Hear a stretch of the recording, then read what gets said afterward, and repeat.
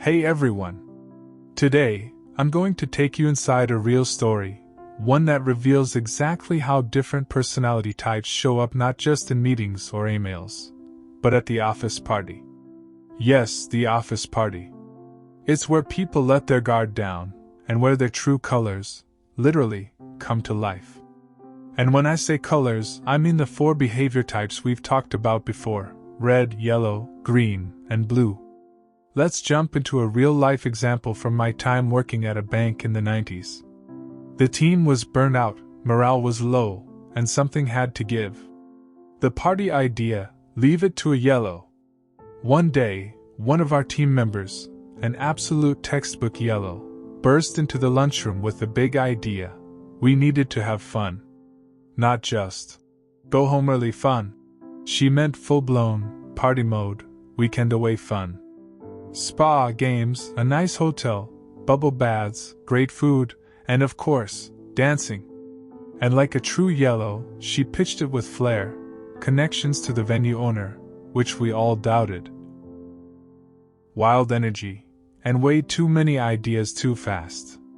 Her goal? Simple. She wanted to cheer people up. And to her credit, she had the whole room buzzing in minutes. Enter the red boss. Now our bank manager was a solid red. Efficient. Decisive. Not a fan of long discussions. He looked around, saw the team's reaction, and in less than 5 minutes, boom, he approved it. We'll have the party. I'll pay. Then, he turned to the yellow and said, "Can you organize it?" Classic mistake. The yellow had all the enthusiasm in the world, but zero intention to deal with the logistics. She responded with a long, excited monologue that meant nothing. The red boss had no time for this. He waved her off and turned to the corner of the room. Greens to the rescue. There, like always, sat the Greens. Quiet, steady, never drawing attention. They weren't even sure what they were being asked to do, but like always, they agreed to help. And just like that, the red boss nodded, left the room, and the matter was settled, at least in his mind. The yellow? She was back to selling the idea, now suggesting themes from black tie elegance to full-on toga party. Here comes the blue. Then, just when the hype was peaking, the blue credit manager spoke up from the back. "But, how are we getting there?" he asked. The venue was 20 miles away. Transport hadn't been discussed. Were we carpooling? Hiring a bus? What was the plan? His concerns were valid, but the yellow exploded. She accused him of ruining the fun, being negative, and never offering ideas himself. It got heated. He didn't want to organize anything. He just needed the plan to make sense. Once again, it was the Greens who brought the calm. "We can take our cars," one of them offered. "We'll organize rides." Problem solved. The excitement resumed. The party was back on track.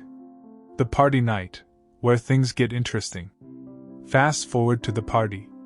Everyone's dressed up, the venue looks great, and the drinks are flowing. But this is where things get fascinating.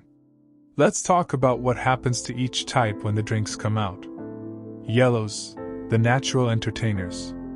The yellow team members were their usual selves, loud, cheerful, laughing at everything. But as the night went on, something odd happened. They started fading. One of the most outgoing yellows ended up sitting outside, glass in hand, looking lost in thought. He confessed to me that he felt underappreciated. No one noticed how much effort he put in. He even talked about quitting. From party animal to existential philosopher in just a few drinks. Blues, the surprising wild cards. Meanwhile, our quiet, serious blue credit manager, yes, the same guy worried about transportation, was suddenly on a table. Literally. Dancing. Telling jokes so dirty they could melt your ears. I couldn't believe it. He had completely flipped.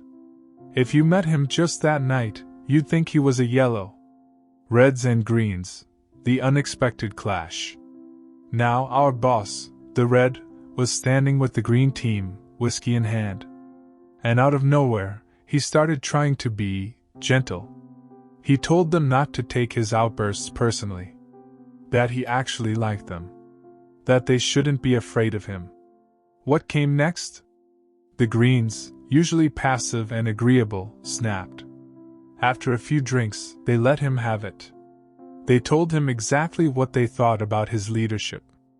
And let's just say, it wasn't glowing. These were employees who had worked there for 20 years, and now they finally told the red boss what they really felt. He didn't argue. He didn't fight back. He just left. First one out the door. The takeaway: people change, but also stay the same. The next Monday? Back to business as usual. Yellow's cracking jokes like nothing happened. The blue manager? Quiet. Professional. Like his Saturday night performance never occurred. The red boss? Back to glowering and giving orders. The greens?